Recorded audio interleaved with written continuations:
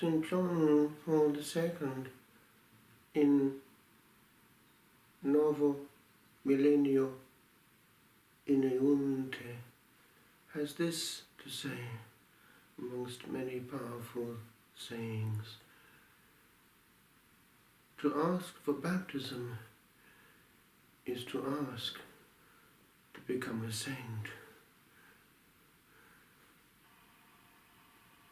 Following the intuitions given to the likes of St. Francis de Sales, the Council Fathers underlined the importance of the universal vocation to sanctity, thus correcting a tendency which had been in the air to relegate the realm of perfection to the institutes of perfection, so-called, and to have this dichotomy that it was enough for the rest just to be saved.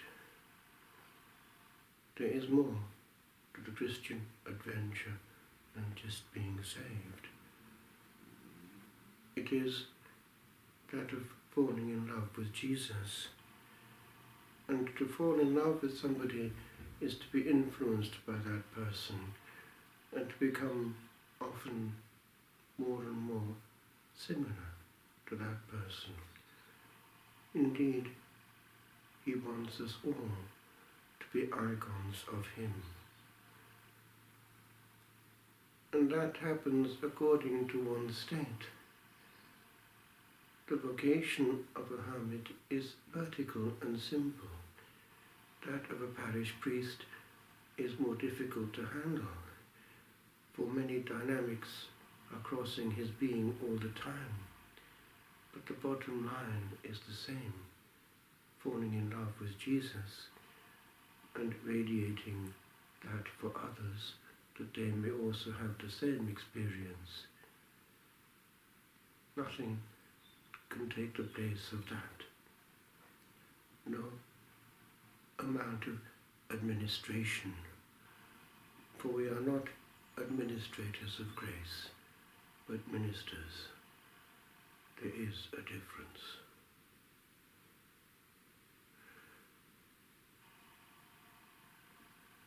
The Lord did give this teaching when talking at night to Nicodemus, that no man could enter the kingdom of heaven without being born again. And we have his own exegesis of that verse in what follows, when he talks about being born of water and the Spirit. And over the centuries, Christians have looked at that verse to see the importance of being born also into the church through baptism. Indeed, until the renewal in liturgy, the baptismal font was always close to the main door of the church, indicating that baptism was the entrance to the church and the sacramental system. It is true that early Christians who were not yet baptized, but martyred when still being under instruction, were considered to be participating in Calvary directly, and the baptism of desire was there. And that notion of baptism of desire was extended to those of goodwill who, did they know the will of God, would embrace it. That also is expanded in the teachings of the Second Vatican Council with regard to the way that grace mysteriously reaches out to souls everywhere, trying to pull on their goodwill and to make them participants of the benefits of Calvary, and therefore of the Church. For the old doctrine, going back to Boniface VIII, outside the church, there is no salvation, correctly understood, still holds. For no one will be in heaven who is not also in the church in some mysterious way. The church triumphant embraces, and the Lord wants that embrace to extend through us, for we as icons must draw. Woe to us if we repel.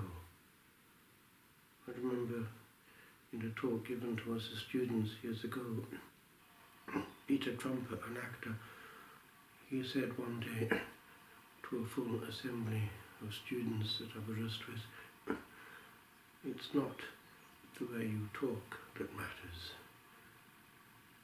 it's the way you smell. There is an odour, and actually even the animals and the birds somehow pick things up, do they not? We can attract or repel, and we can pick things up. Is there goodness or bad will in this soul? And if there is a spark of goodness, I must reignite it as far as I can and not push away. And therefore God is looking everywhere for souls that he can reignite. There is a providence in things, and that providence makes use of all that is out there. I recall how at the age of 12, asthma obliged me to be moved from the Welsh school, not far from Pontypridd, to a local school at Cardiff. And out of the blue came these invitations to go with friends to the Bible studies and things going on in that school. And looking back, one sees the influence of a good scripture teacher. For instance, Miss Phillips did indicate it would be a good thing to read a passage of scripture every day. And she said, even if it's only a chapter. And so that discipline of a chapter a day was important at that age. And I recall how after precisely through that teacher going to a Christian camp in Dolgellau over the summer, having a dream. It was that I was being baptized. I mentioned it to my mother the following morning, and she said to go and see our minister. And I did, and he baptized me, of course by immersion. But the grace was pulling there where there was availability, and making use of living icons of himself. A word from us can perhaps also orientate a soul forever.